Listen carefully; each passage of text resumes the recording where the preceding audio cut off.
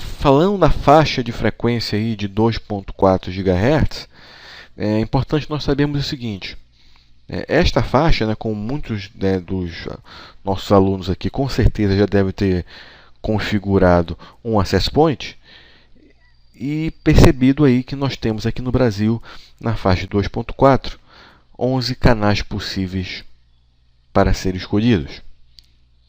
Tá?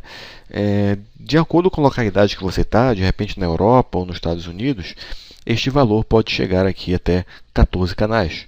Se você comprar um equipamento americano, possivelmente aí ele não vai ter somente 11 canais.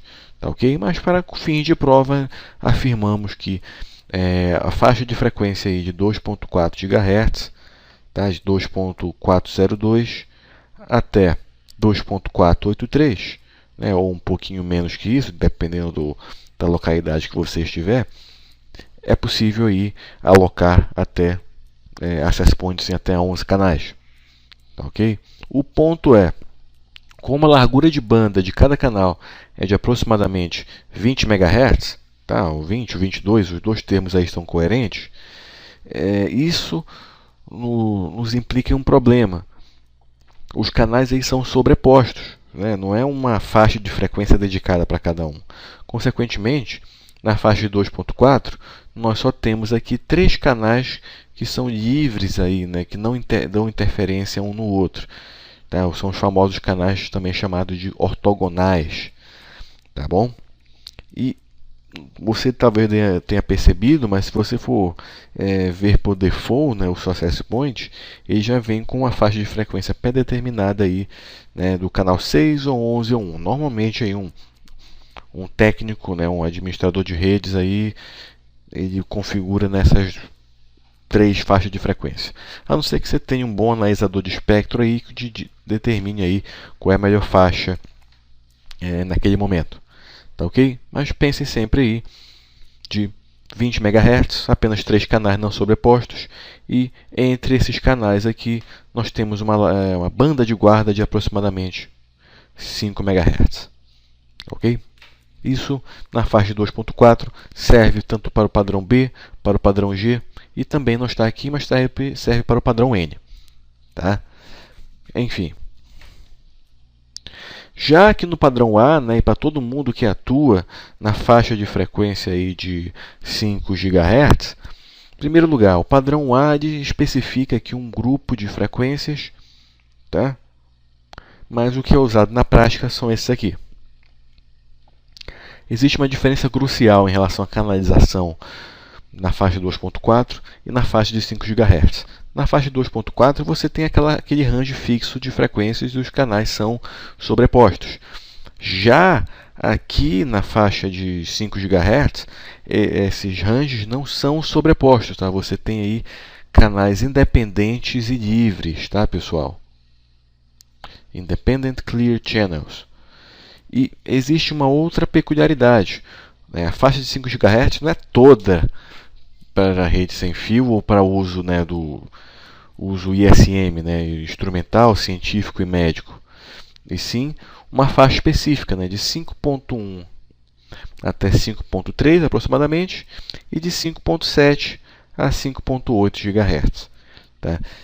Dando um total aqui de 12 canais não sobrepostos. Então, digamos que essa é a faixa aí que é o hit do momento, né? É a faixa de frequência que todo mundo quer trabalhar porque a interferência é baixa, né? E aquelas limitações em relação à potência do sinal e bateria gradativamente estão sendo vencidas. Equipamentos padrão N e padrão AC hoje trabalham aí nessa faixa de frequência, tá? Muitas vezes o dispositivo tem 2 rádios, né? Um rádio atuando na faixa de 2.4 apenas para interconectar dispositivos e um outro rádio atuando na faixa de 5 GHz que te ajuda aí a, por exemplo, fazer um sistema de distribuição, né? O Distributed System que eu falei para vocês agora há pouco. Ou então também muito usada por provedores de acesso aí via rádio. Tá, com uma faixa de frequência aí mais segura e onde você tem um sistema, né, para o usuário final mais estável. Tá bom? Bem, Mais uma questão. As lãs sem fio usam o sinal infravermelho, têm sido utilizadas para interligação de pontos de acesso, de pontos sem obstáculo, por exemplo, em substituição a cabo subterrâneo, reduzindo os custos e disponibilizando taxa de transmissão que podem variar de 1 megabit por segundo a 100 de velocidade ou mais. Bem, pessoal, quando ele fala de LAN sem fio aqui, ele não especificou exatamente o padrão I3E 802.11, então pode ser diversos padrões.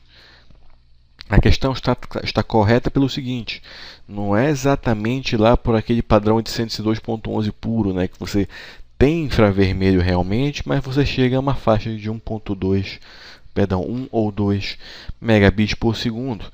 Mas você tem uma outra tecnologia chamada de IRDA, Data, onde você pode fazer transmissão aí de dados em infravermelho até 100 megabits por segundo.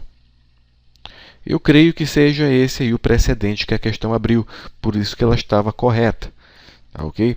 Mas se nós pensarmos somente em rede sem fio 802.11, estaria naturalmente errado.